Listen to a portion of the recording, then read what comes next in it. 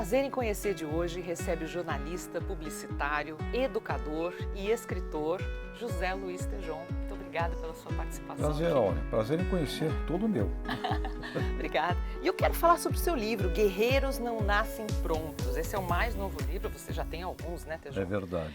E esse livro, assim como os outros, fala muito sobre autoconhecimento, né? Sim. Eu queria entender de forma objetiva, claro, porque eu gostaria de ficar papeando com você o dia inteiro. Você tem assunto para mais de uma semana, não é? É verdade. Como se formou esse guerreiro que é você? Olha, essa sua colocação do autoconhecimento, ao invés de autoajuda, é fundamental.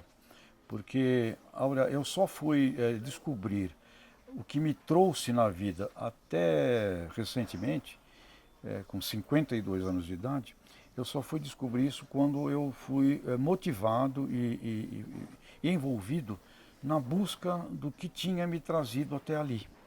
Até então, livros de autoajuda, essas coisas, eu não li nunca nenhum, né? Nunca. Mas com 52 anos de idade, o meu amigo, que foi meu amigo de infância e juventude lá em Santos, o Roberto Chiniachik, nos reencontramos depois de 30 anos que não nos víamos. Ele tem uma editora, né? E eu já tinha escrito muitos livros de vendas, de marketing, livros profissionais. E eu falei, vamos escrever um livro, né, sobre vendas com a tua editora. Ele falou, não, você vai escrever um livro sobre a tua história de vida. Que eu nunca, Áurea, tinha parado para pensar nas coisas que envolveram a minha história de vida. E eu não sabia, eu desconhecia que o que me trouxe até aquela idade em que eu fiz a primeira reflexão profunda, depois em outros momentos, com dois escritores americanos que escreveram um livro, Succeeding on Unknown Terms, lançado nos Estados Unidos, e entrevistaram dois brasileiros, o maestro João Carlos Martins e a mim. Até aquele momento eu não tinha parado para pensar. Então o autoconhecimento é quando você descobre as forças e as estruturas de valores que te trouxeram até um determinado tempo. E aí, quando eu comecei a pensar e a refletir, nossa, eu fui me relembrar coisas que me emocionam toda hora que eu falo disso, dos meus pais adotivos. E eu fico emocionado. Quando eu lembro disso, eu fico muito emocionado, porque foram meus pais adotivos na minha infância. Eu sofri uma grave queimadura aos 4 anos de idade. Éramos pobres, passei 12 anos entrando e saindo de hospitais. Mas face àquela imperfeição, eu diria assim, numa criança adotada, do ponto de vista do seu rosto, ali eu conquistei forças incríveis, que eu não tinha consciência. Mas você já tinha essas Mas eu forças. carregava comigo. E aí a minha emoção é porque eu me lembro do pai e a mãe adotivos que me fizeram, que me formaram na realidade da vida, no enfrentamento da vida, com valores e com coragem, principalmente. Então eu só fui me lembrar de todas essas coisas já com mais de 50 anos de idade. Então é autoconhecimento mesmo. O autoconhecimento significa você resgatar dentro de você as forças e os valores.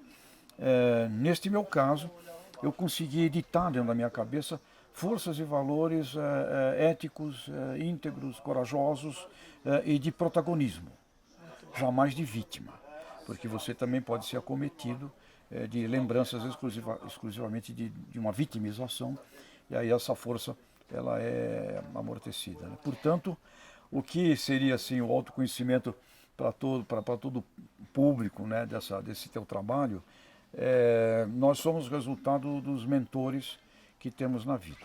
Quando pequenos, somos muito dependentes dos mentores adultos. Pai, uma mãe, um tio, às vezes um vizinho, um professor, seres humanos uma avó, para quem às vezes não tem a sorte de ter um pai e uma mãe estruturados, alguém que faça esse papel de construção de valores. Mas se você já tem 25 aninhos de idade, 30, 35 aninhos de idade, você pode escolher os seus mentores. E você será a qualidade dos seres humanos que você define para admirar, para se inspirar com eles e para aprender com eles, como é o teu próprio caso nessa tua área maravilhosa que você está atuando de comunicação e de desenvolvimento do ser humano para o diálogo, né? Tejon, a gente pode ser o nosso próprio mentor, né? Com autoobservação, com autopercepção e reconhecendo os valores que você disse. Sim, Áurea, a gente chega uma hora, quando a gente tem esse autoconhecimento, a gente passa a ser um próprio mentor, né?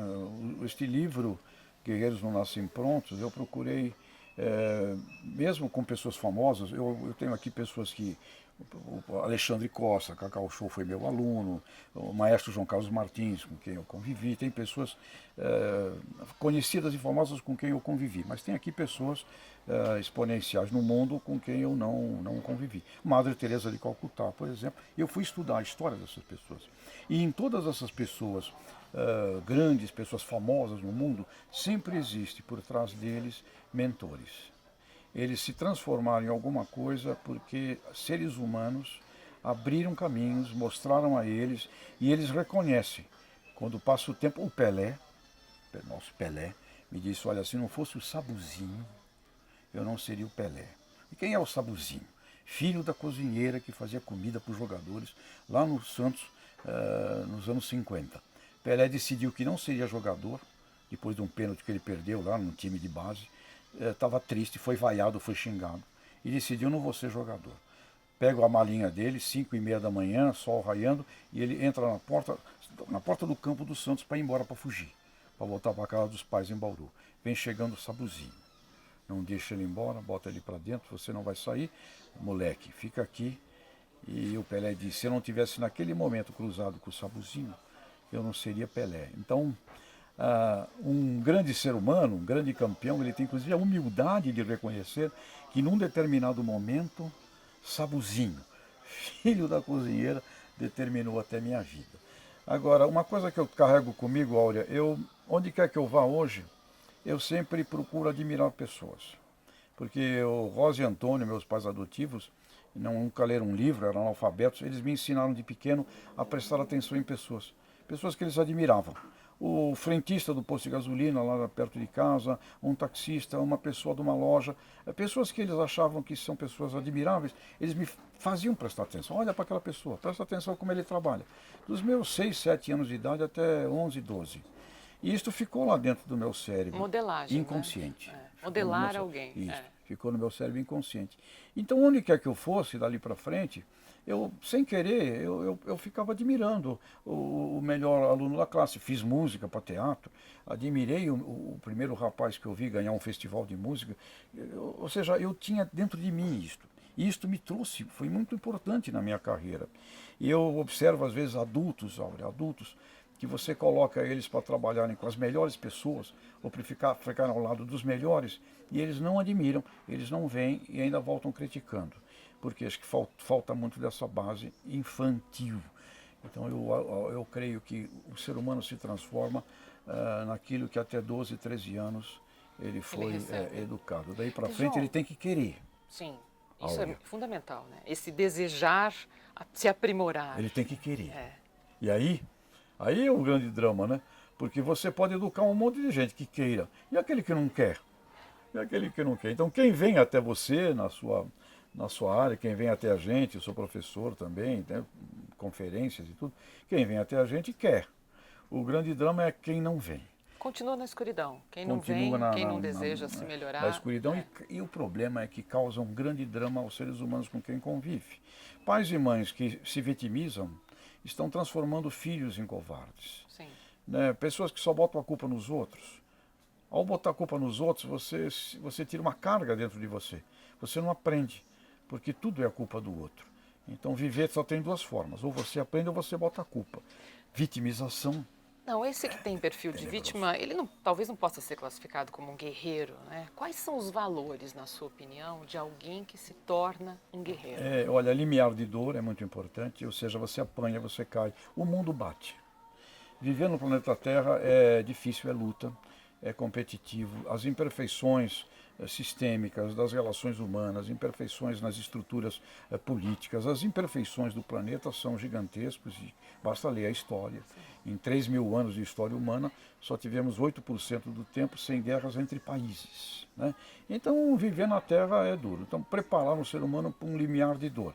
É o que o meu querido amigo que está no livro, mestre de jiu-jitsu, prepara atletas para o MMA, Morgante, ele diz um campeão de MMA, ele tem que ter genética para aquilo, ele tem que ter uma disciplina muito grande, um mentor, um mestre extraordinário, e ao mesmo tempo ele tem que ter limiar de dor, ou seja, porque ele vai apanhar, vai receber golpes, não vai só bater.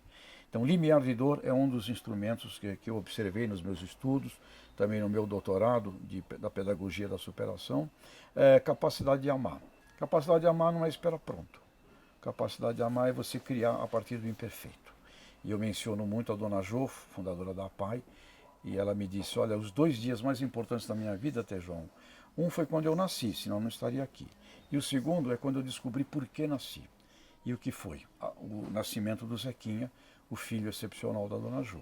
A partir de uma criança excepcional, diferente, ela reuniu forças e criou uma instituição fantástica como é a APAI. Então, o que é amar? Amar não é esperar o perfeito. Amar é transformar as imperfeições em algo um pouco mais perfeita. Capacidade de amar. Eu estava num dos minhas pesquisas com parentes de vítimas da Boate Kiss, lá em Santa Maria. Eram mais ou menos umas 30 famílias ali reunidas, e um pai começou a chorar na reunião, se lembrando do terrível acidente, chorava e perdeu o controle, ele se exaltou e não parava, gritava e chorava, todo mundo ficou em silêncio, mas do lado dele tinha a filha dele, uma menina que estava ali, de uns 15 anos mais ou menos.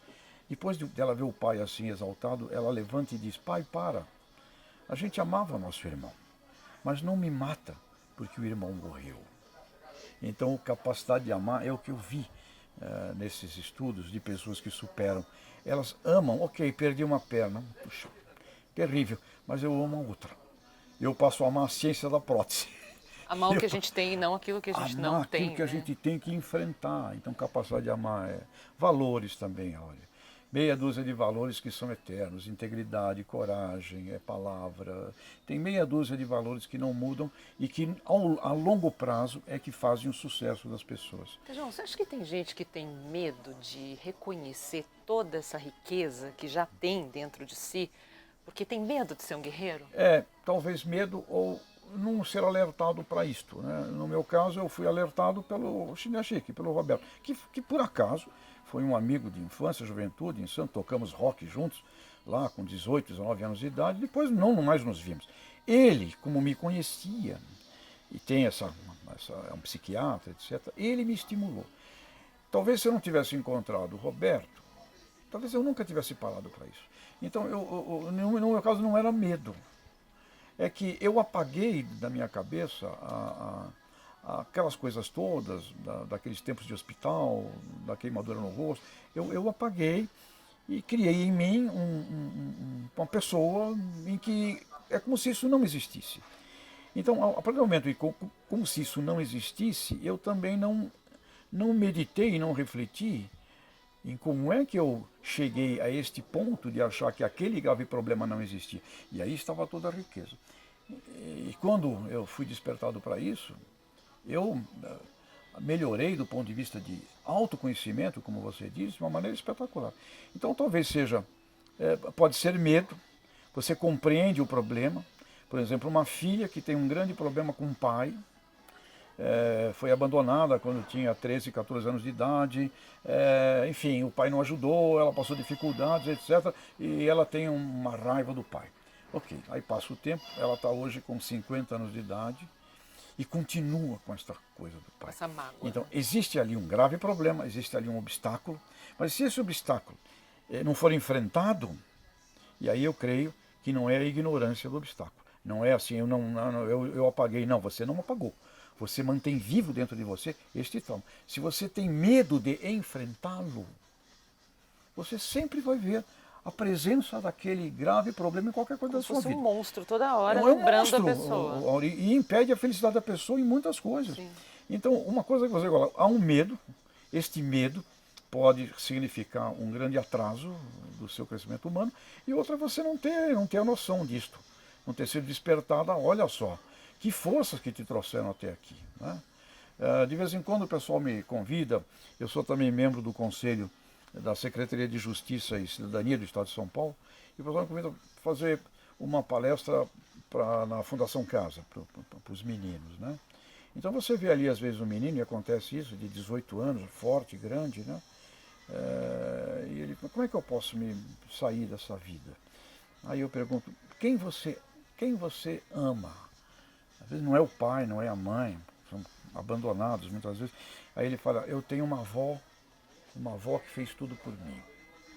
Bom, se você tem uma avó que fez tudo por você e você está aqui, apesar de estar na Fundação Casa, você está viva, você tem coisas muito importantes dentro de você. É questão de você trazer a lembrança. A tua avó, as coisas. Você tem, apesar de você ter mexido aí com o crime, você tem uma audácia, você tem uma coragem de fazer isso que você está fazendo. Se estas coisas forem transformadas nos Dirigir para o lugar valores certo, né? da tua avó, você vai ser um grande homem. Fantástico. Então eu creio que esta coisa toda faz o ser humano crescer, autoconhecimento. Agora, precisamos de gente que também nos ajude a despertar isso. Meu próprio caso, né? Tive alguém que me olha, veja bem, você é o cara. Então eu sinto muito isso. O diálogo, a conversa, esse trabalho de comunicação que você está fazendo, pega uma pessoa que está lá sentada num canto, ela vê, e isso pode ser uma centelha. Desperta. Puxa vida, eu estou aqui, caramba, tem toda essa coisa, como é que eu consigo chegar até aqui? E aí começa a pensar no pai, na mãe, na vizinha, nas pessoas, no processo que a trouxe. Até porque os americanos que me entrevistaram, que me fizeram também uma pergunta fantástica, que eu quero compartilhar aqui contigo e com o pessoal todo, eles perguntaram assim para mim, qual foi a primeira vez que você sentiu sucesso na sua vida? Primeira vez, não é prêmio, essas coisas. Na tua vida, volta no tempo, quando você sentiu assim uma felicidade, caramba, marquei um gol, que legal. Aí eu voltei no tempo. E olha, quando eu tinha uns 7 anos, 8 anos de idade, eu fiquei na Santa Casa de Santos praticamente de 4 anos até os 7, internado, semi-internado, e aí fui para casa. E eu me lembro que num determinado dia, os meninos da rua, da minha casa, ali na Rua Princesa Isabel, perto do Campo dos Santos, bateram na porta e me chamaram para jogar bola com eles. Eu fiquei numa alegria muito grande, eu me lembro desse dia. E aí, o Patrick Sweeney, o escritor do livro, perguntou assim para mim, mas todo sucesso é resultado de um processo. O que aconteceu para que os meninos batessem na porta da sua casa? Eu nunca tinha pensado nisso, nem tinha pensado muito nesse dia, pensei naquele dia sobre esse assunto. Aí eu comecei a raciocinar, e aí veio um choro. Porque aquilo só aconteceu porque a minha mãe adotiva, eu tinha medo de sair de casa, eu não queria sair para a rua. Depois da queimadura. Tinha muito medo, eu não queria ver ninguém e não queria ser visto. Medo do julgamento, né? Medo, eu tinha um medo do mundo. Eu tinha um medo das pessoas comigo e eu tinha um medo do impacto que eu causava nas pessoas. Eu tinha medo, então eu não queria ver ninguém e não queria ser visto. O que eu queria? Ficar no fundo do quintal. Não ver ninguém e não ser visto. Eu queria ficar ali. Aquele era a minha bolha, a minha zona de conforto. Era o fundo do meu quintal. E a dona Rosa, minha mãe adotiva, uma leboa, né, brava, dizia, você tem que ajudar a sua mãe na feira. Você é o único menino que não ajuda a mãe na feira. E eu subia no telhado no dia da feira para ela não me levar, porque ela queria que eu fosse. Eu subia no telhado, ela não conseguia. Segunda semana da feira, a mesma coisa se repetiu, tchuf, pro telhado. Na terceira vez, eu acordei de manhã com o meu braço amarrado ao braço dela. Ela se deitou de madrugada comigo e se enfaixou. Quando eu acordei, quinta-feira, que até hoje tem a feira lá, na Praça Olímpio de Lima, na Vila Belmiro, em Santos. Ela me levou até a feira amarrado, arrastado, chorando, berrando. E quando chegamos na feira, ela me fez prestar atenção na primeira barraca, a barraca das batatas. Pega a batata uma com a sua mão e não tira a atenção da batata. E um monte de gente em volta, querendo me ver, falando, olha menino, olha filho, o que vai acontecer contigo se você mexer com fogo. Eu era ali um exemplo, um monte de gente em volta. E a dona Rosa me falando o tempo inteiro, agora essa outra batata aqui do lado, menorzinha, agora vamos na outra barraca, vamos pegar a couve, vamos pegar a repolho.